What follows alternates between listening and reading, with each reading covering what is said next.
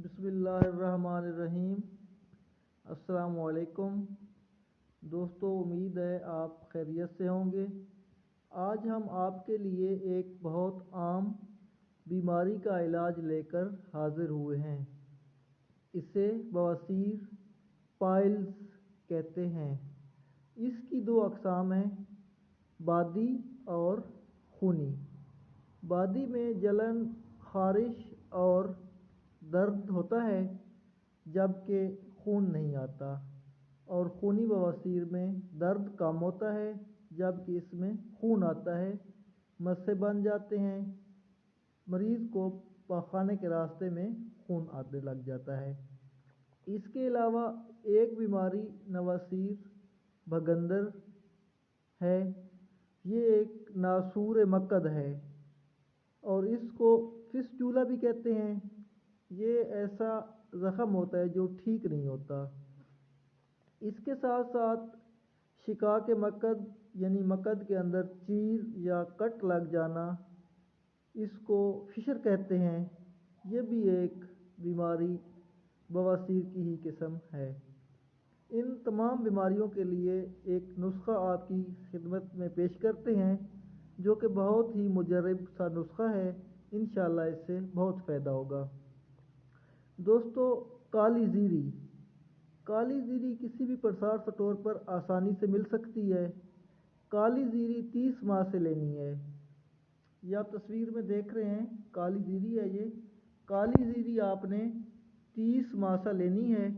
اس میں سے 15 ماہ سے آپ نے بھون لینے ہیں اور 15 ماہ سے نہیں بھوننے ہیں۔ پھر اس کو آپ نے مکس کر لینا ہے، مطلب آپ نے آدھی بھون لی ہے اور آدھی آپ نے نہیں بھونی۔ پھر اس کو مکس کر کے آپ نے پیس لینا ہے۔ صبح نہار منہ پیسی ہوئی کالی زیری 2 ماسہ روزانہ، پیسی ہوئی کالی زیری روزانہ جب آپ نے پیس لینی ہے تو 2 ماہ سے روزانہ آپ نے پانی کے ساتھ استعمال کرنے ہیں، اور یہ نہار منہ استعمال کرنے ہیں۔ اس کے بعد 20 منٹ بعد آپ نے ناشتہ کر لینا ہے، اور یہ آپ نے 7 دن تک استعمال کرنا ہے۔ 7 دنوں کے بعد آپ نے جو باقی کالی زیری بچے گی اس کو کیپسولوں میں بھر لینا ہے۔ خالی کیپسول آپ لے لیں گے۔ خالی کیپسولوں میں بھرنے کے بعد وہ زیری آپ ایک ایک کیپسول روزانہ لیتے رہیں گے، لیکن وہ کیپسول آپ نے نہار منہ نہیں لینا ہے۔ اور جو بھگندر کے مریض ہیں وہ پہلے یوں کریں گے کہ بھگندر کے مریض کا زخم کے اندر فشر اپنا وہ بن جاتا ہے،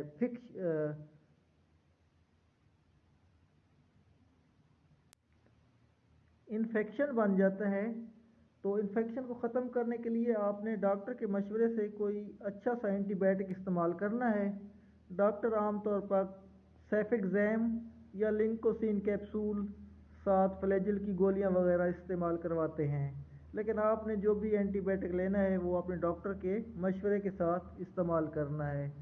اس کے ساتھ ساتھ آپ نے زخم کے اوپر، اندر مکد کے اور باہر جو ہے جی ٹی این مرہم بھی استعمال کرنا ہے۔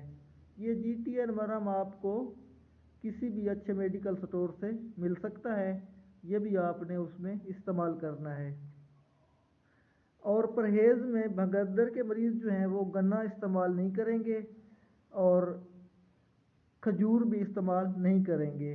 اس کے علاوہ بواسیر کے مریض بادی اشیاء سے پرہیز کریں گے، سرخ مرچ سے پرہیز کریں گے، بڑا گوشت اور تلی ہوئی چیزیں، سموسہ پکوڑا وغیرہ استعمال نہیں کریں گے۔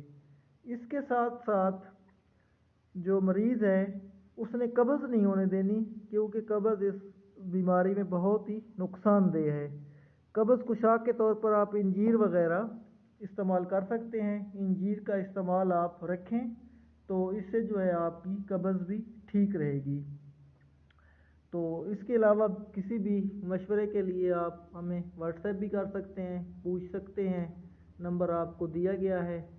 اللہ پاک آپ کو اپنی حفظ و امان میں رکھے، آپ کو صحت کاملہ عاجلہ عطا فرمائے۔ تو دوستو، آپ نے یہ نسخہ ضرور استعمال کرنا ہے۔ صرف ایک ہی چیز ہے، کالی زیری۔ انشاءاللہ تعالی